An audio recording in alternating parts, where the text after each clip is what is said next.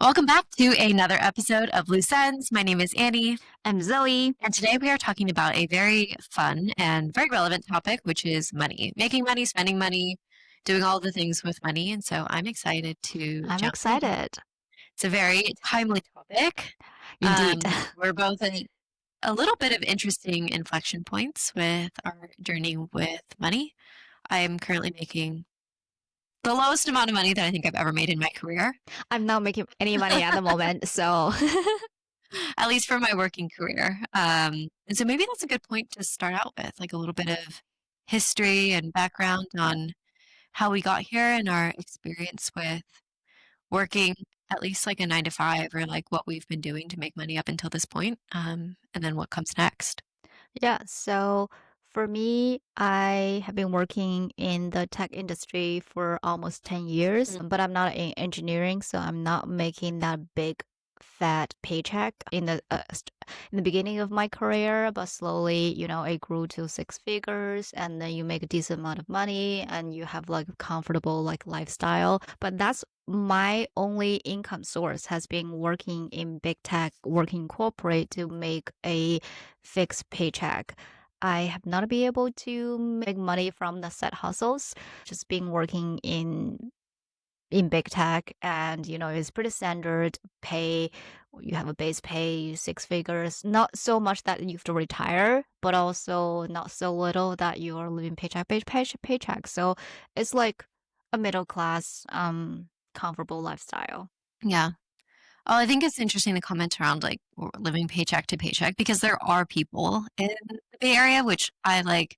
I think I was pretty surprised to find out, but people who are living paycheck to paycheck on a tech salary, who don't have kids, who don't have like, you know, obligations outside of it, but it's very possible to, I would be live. intrigued to know what they are spending their money on. I think it's like a spending quirk for sure. I don't think it has anything much less to do with the amount that they're making and more about the amount that's going out. But I have been very surprised, I think, in the past to like meet people that are living paycheck to paycheck on a very like comfortable Yeah. I mean, lifestyle. if you're like buying Hermes, couple Yeah. bags a year, I'm sure, Yeah, it goes pretty quick. It goes pretty yeah, fast. it won't be enough. But yeah, that has been my story. How about Mm. you? I have a similar path, maybe a similar like official starting path. So I spent almost the last decade working in tech for our first job, or my first job was actually at the same place, at the same company that you were at the time, working in tech, or at least my first like official corporate job. I've also done, and then I stayed in tech, I guess, for around a decade. But during that time, I was also doing a couple like side hustles. So I danced professionally, which didn't make anywhere near the like typical tech salary, um, but was a nice side hustle and nice to get paid for actually doing things like, yeah, that you would want to be doing anyway. So like I get paid to dance, get paid to work out instead of having to pay like a gym or like a personal trainer to do all of these things like for me. And so even though it wasn't a lot, it's like money that I was net making money instead of net spending money, which was I always think is another good way to like think about side hustles.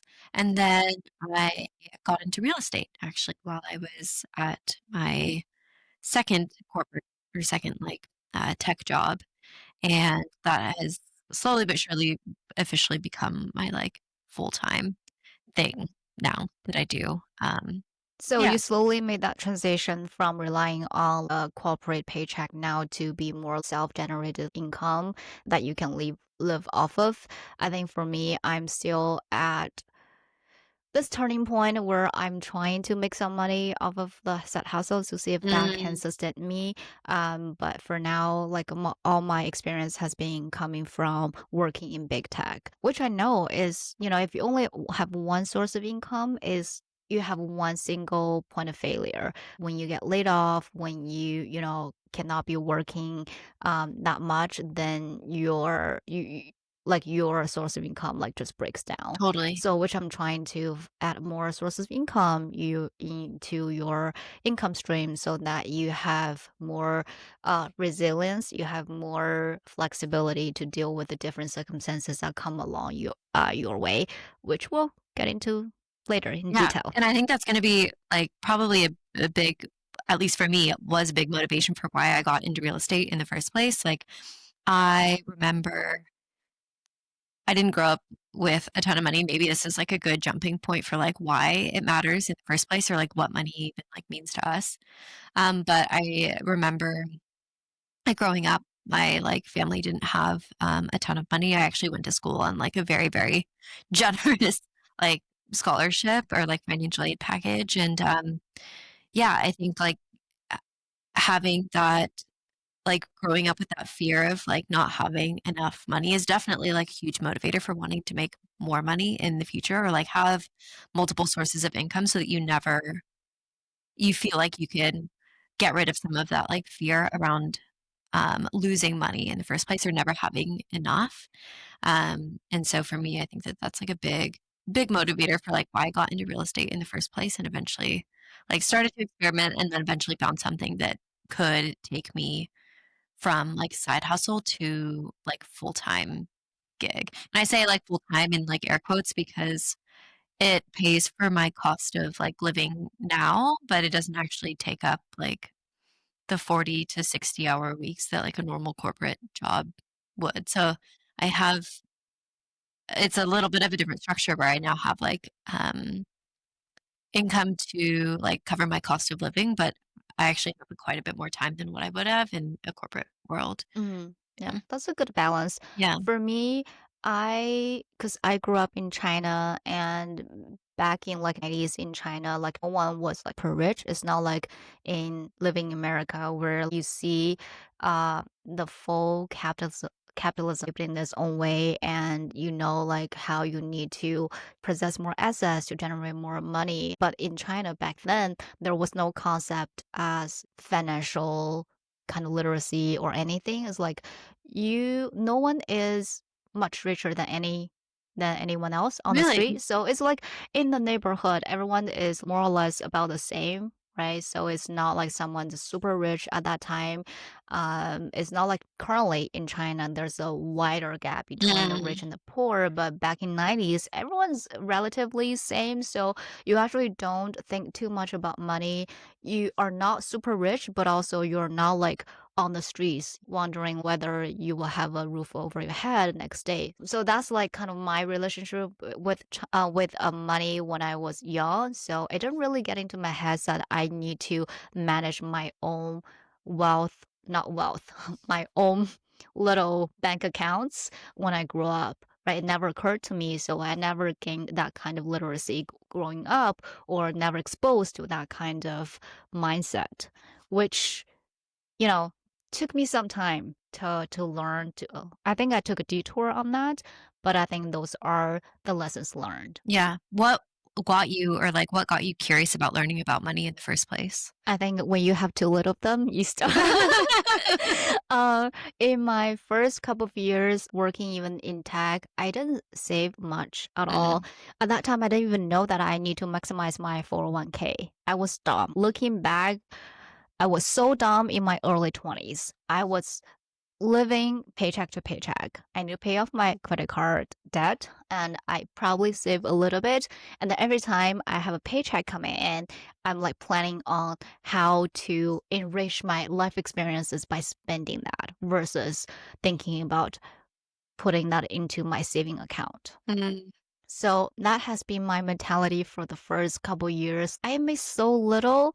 Why even bother saving? I wouldn't save much. So just spend. A lot of so that's currently a lot of people like they know like the housing prices is so high. They're like they'll never be able to afford a house here in the Bay Area. So why even bother like saving up for a down payment for a house? They would just spend all of the money on things they enjoy at the moment. So in my early 20s, I was that dumb. Mm. Yeah, it's also kind of like a form of, like, financial nihilism where people just don't believe that, like, there's a point to any of it or, like, that dream or, like, that thing that you're working towards, whether it's a house or, a car, just being able to, like, retire someday feels so out of reach for so many people. Whether or not that's actually, like, accurate for people in the Bay Area, I think is another question because I think for a lot of people, it's probably more obtainable than what they have convinced themselves of.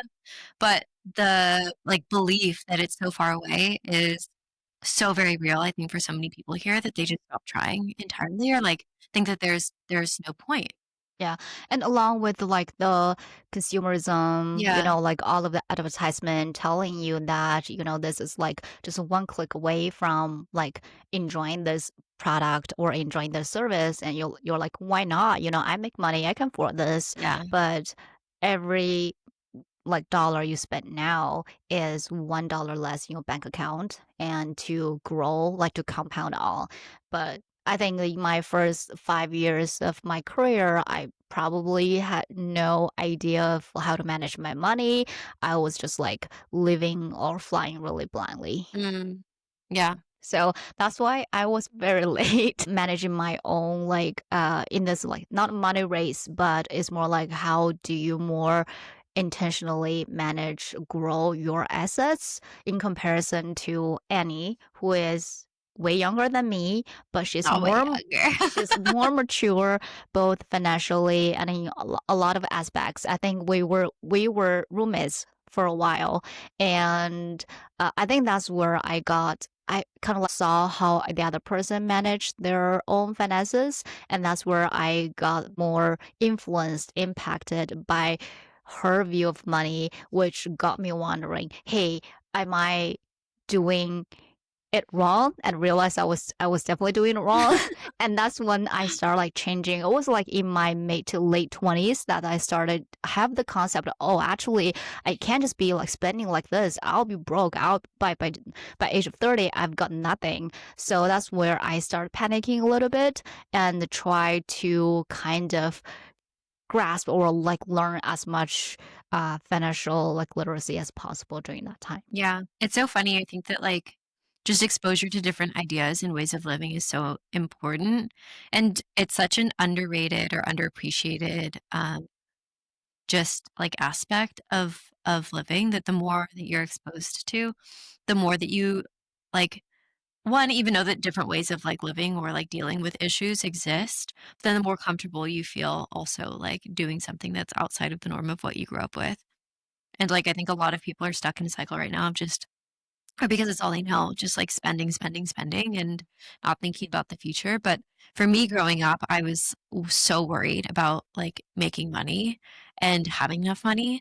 Like, I've done some, like, crazy things. Like, I was so worried about paying for college that I, like, literally signed up for the military. I was like Really? I yeah. didn't know Oh, about really? that. I, like, was like, "Oh, the only way that I'm gonna be able to pay for school is if somebody else pays for it, or, like, I get some scholarship." And in the US, they have a, like, military program called ROTC where I think is actually, like, really great if you wanna become, a doctor because they will essentially pay for you for your undergrad, and then there are ways that you can, like, pay for, like, graduate school and, like, medical school. And the trade-off then or, like, the sort of agreement is that they pay for school and then you spend like 8 years in the military. So it's a really big scholarship. So, they pay for the entirety of your, like, undergraduate, but then you have military service that you have to complete on the other Right, side. right. I think I've seen like other people like I think we've had colleagues who came from Yeah, like military yeah, and so, military like, the background. military Yeah. academies are, sort of the equivalent of that, but actually, instead of getting a scholarship to go to the school of your choice, you're, like, opting in to go to a specialized, like, military school. And so the, like, financial benefit is the exact same, essentially, but these experiences that, But you are you pretty didn't different. go to military, so did you get a full ride Yeah, so I got the scholarship instead to scholarship? go to the school that I wanted to, and then you have, like, different programs that you have to do the for the scholarship, so, like, different classes that you have to take, like military history, sort of like military training. So did you have student debt after out of college? I did not, but I quit the program. So a Oh. year into it. Oh. I quit the program because I realized that I did not want to go into the military. I thought I wanted to become a doctor actually when I started school, and then I discovered engineering, and then I discovered like athletics and all of these other things that I really ended up like liking and enjoying a lot more, and like decided that I would rather like explore sort of that side rather than um and I think this goes back to what we were talking about, sort of about like exposure to different ideas.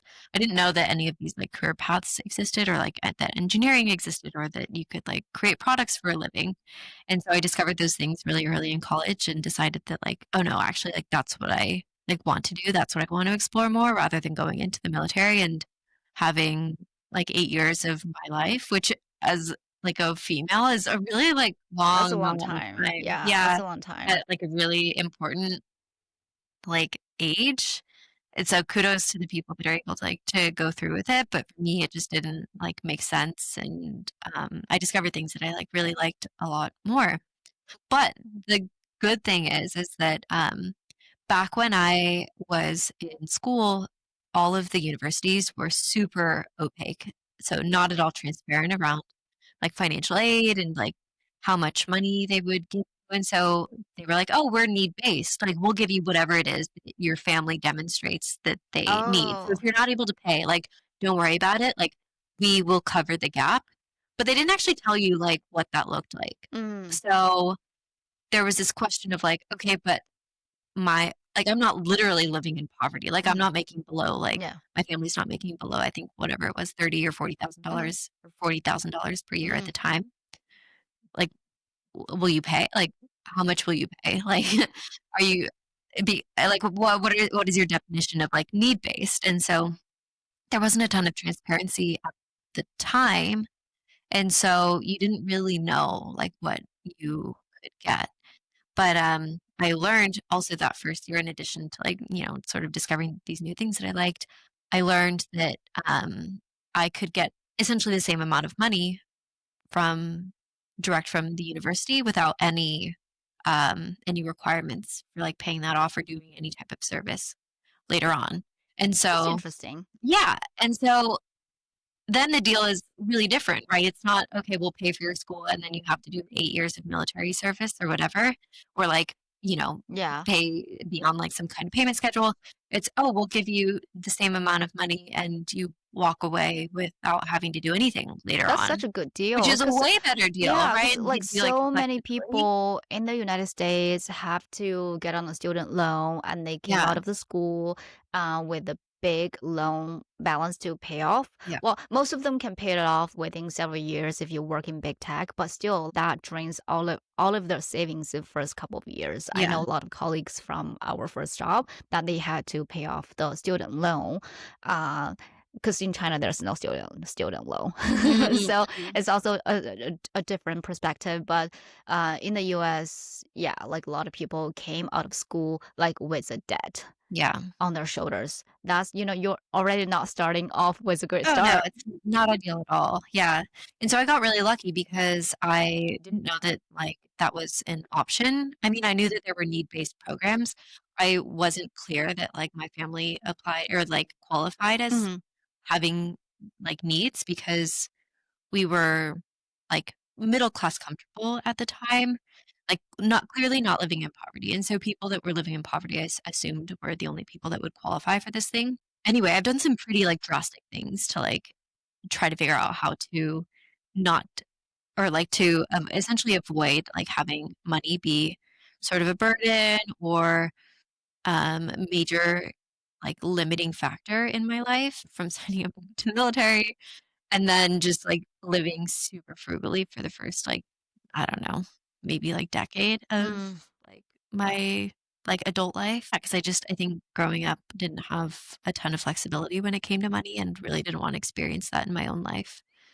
Yeah. Oh, That that's was a huge interesting. I didn't factor. know the backstory of all of this, like why you are every time I'm just like she is so financially responsible at such a young age. People in their early 20s, as soon as they start making paychecks, they're already planning on how to spend it, right? Yeah. That's how most people, most young adults live their Mm. lives because you just got in financially independent. Like all of a sudden, you have full control over how you spend your money. It's not your parents' money, and you feel like you finally can do the things that you love. And most people would spend money in a quite irresponsible way for the couple of years until they realize that things don't always pan out like that, like me. And then you realize it, then you start to pivot, and then you start to scramble and panic and try to change things. So that's why I've always wondered like why you are so Mm. like financially responsible. Is like that's something like that has been in your had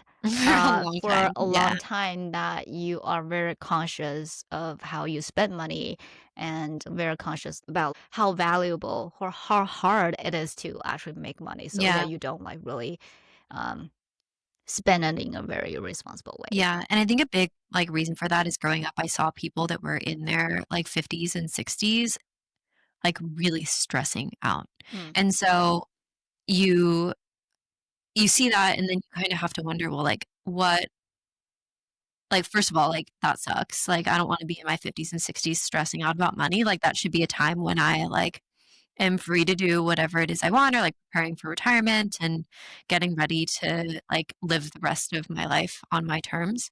But then you have to say, like, okay, then that kinda gets you thinking, well, what is it that, like, got them there? And so you sort of, like, have this opportunity to see, like, that's definitely not what I want my life to look like when I'm that age.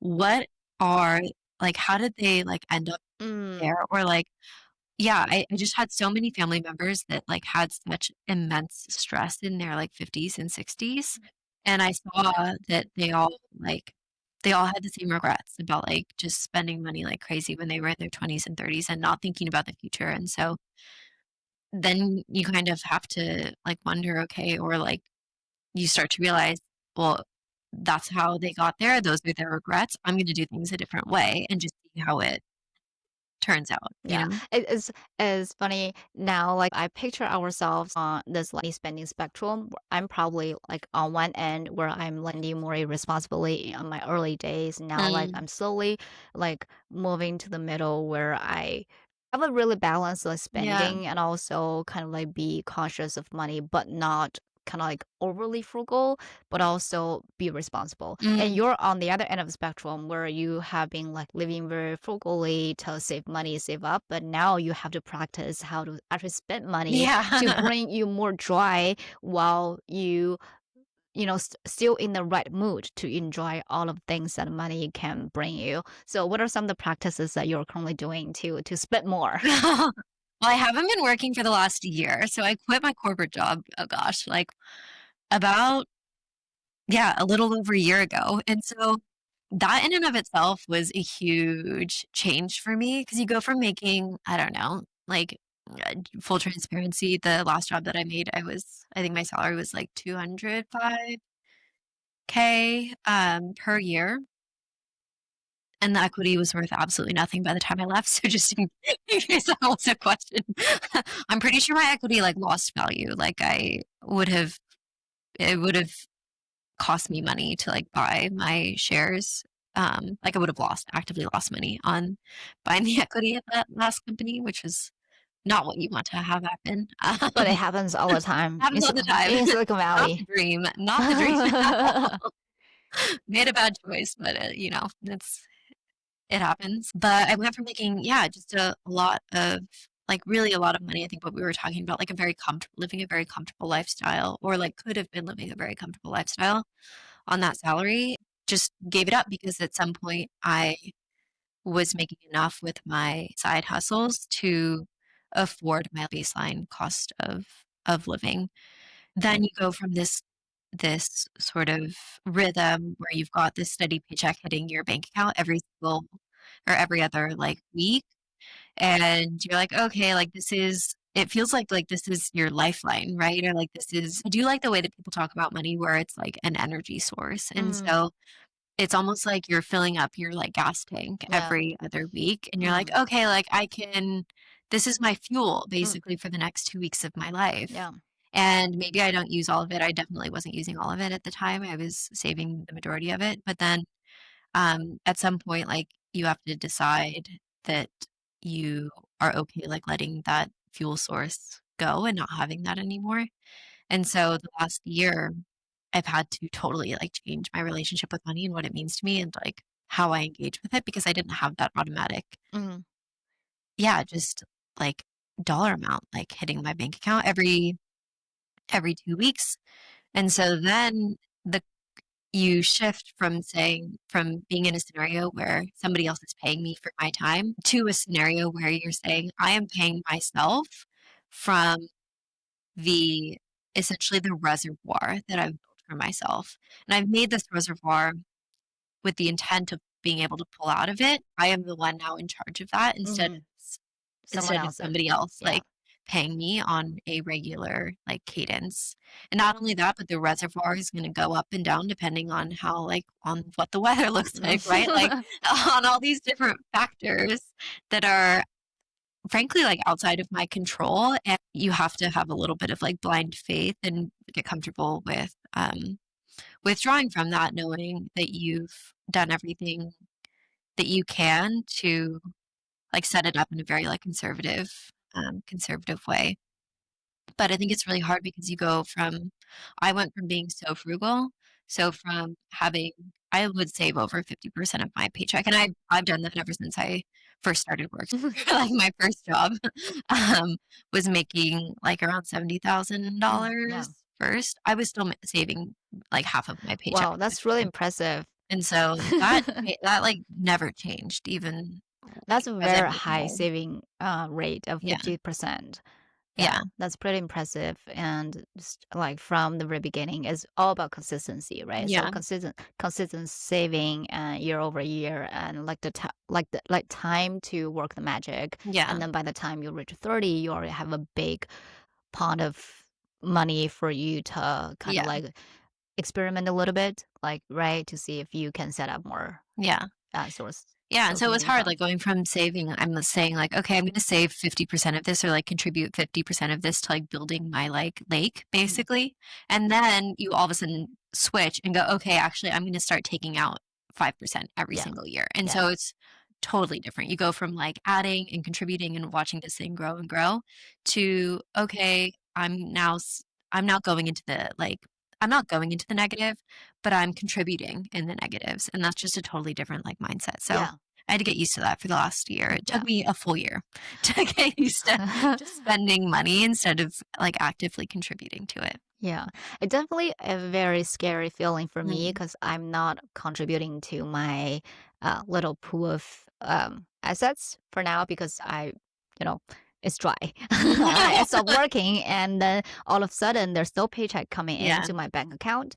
Uh, but I think in exchange, you mhm, are negative contributing to your money pool, but you're actually gaining experiences, gaining time back, gaining control over your life in other dimension of your life, right? So I think it still evens out. It's just like in a different intangible asset that you are growing yeah, versus like just like growing your tangible like money totally, asset. yeah, and so now I'm at the point, I think, where, like, you can trade when you're in a 9 to 5, what you're doing is you're trading your time. You're trading, like, money. You're saying, "I want money, and I'm gonna trade you my time to, like, get that." And when you're on the other side of not having a 9 to 5 or, like, wanting to be post 9 to 5, you're trading your money then for other experiences. You're saying, "Okay, I will now give you money to have my time back, money to have experiences that I want, money to be able to learn new things and try out new experiences and grow in different ways that a 9 to 5, like, can't provide me, but I'm trading my essentially, like, money for that." Both the, like, potential money that you would have made at that 9 to 5, but also, like, the money that you're using now to, like, live and sustain yourself and trading it for new experiences that really don't have, like, I think, a financial value. It's hard to quantify, but I think so, like, meaningful. Yeah, yeah.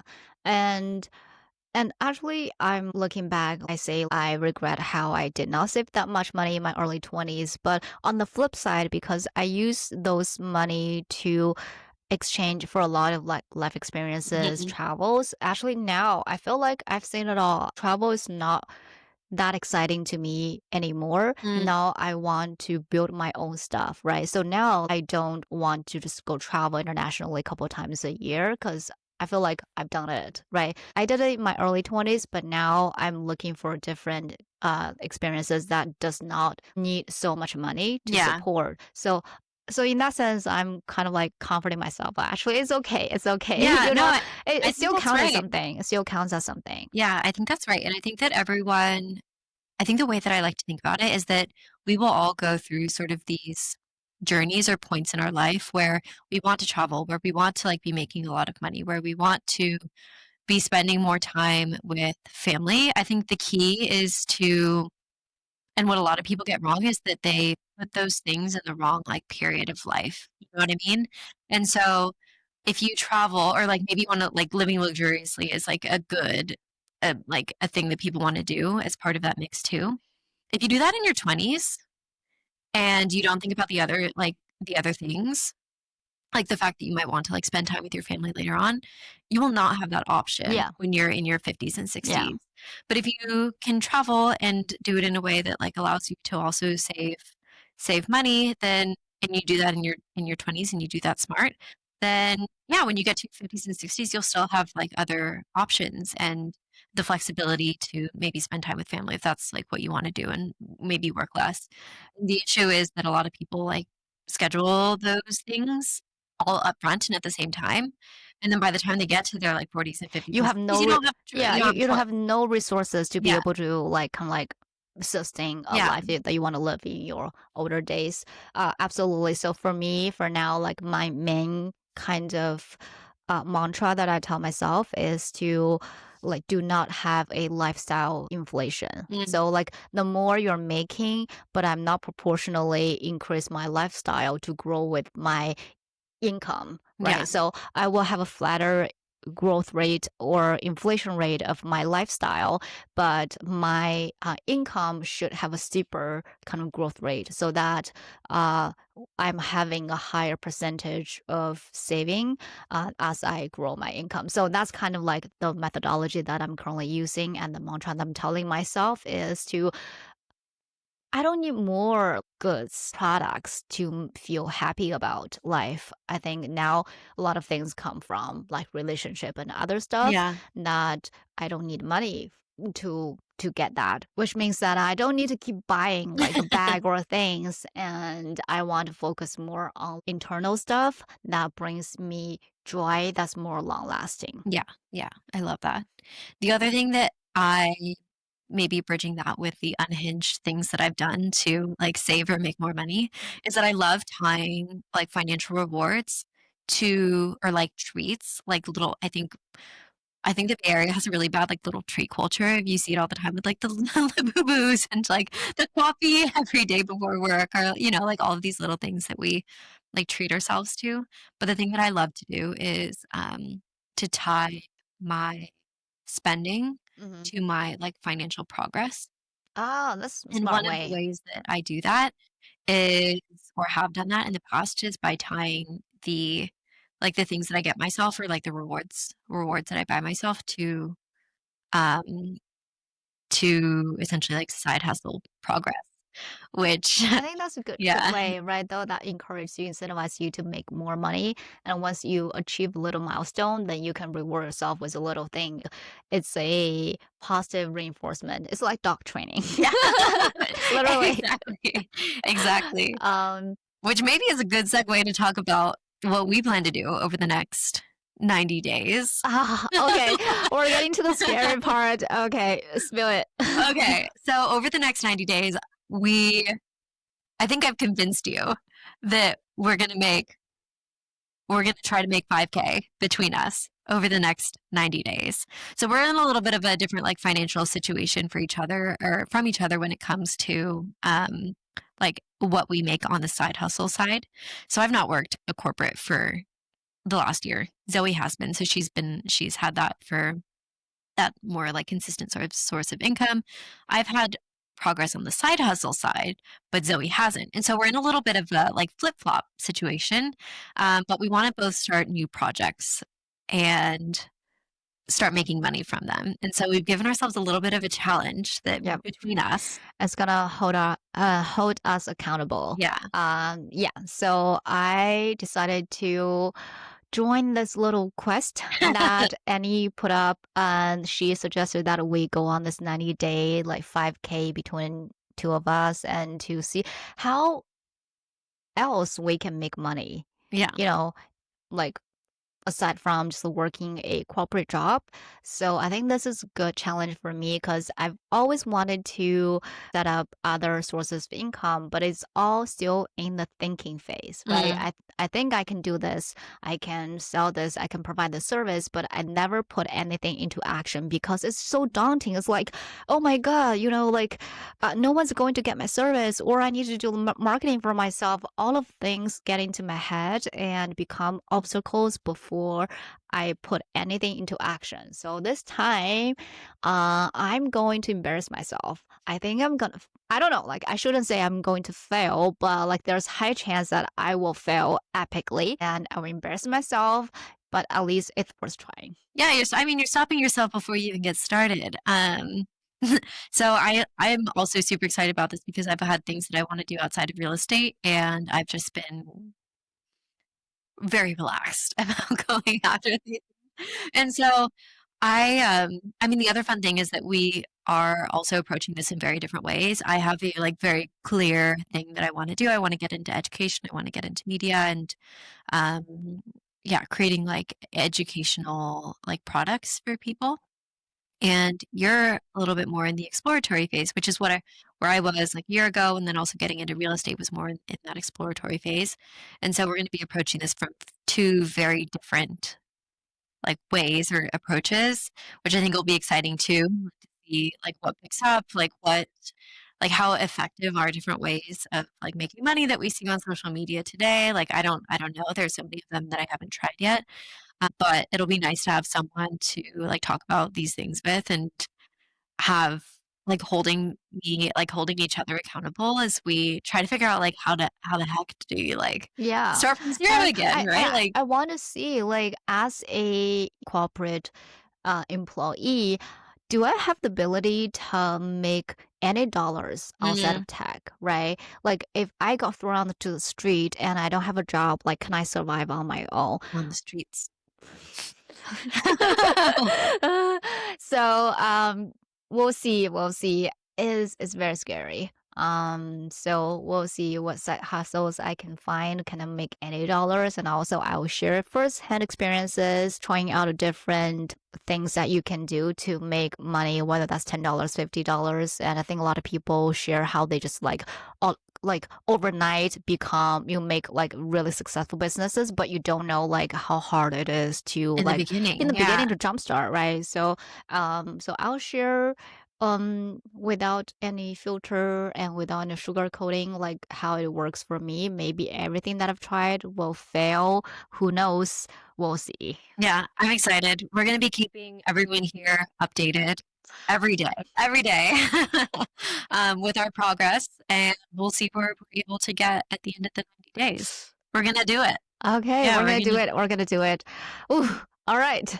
I did not know that I'm signing myself up for this like until the I start of surprised her today. until the start of the episode. So it's gonna be a fun one. So I hope you guys can follow along and to see how it goes. Yeah, we're excited to keep everyone updated and to see I mean, where we end up at the end of the 90 days. I think that that's what it's all about. So I bet you we can make $1.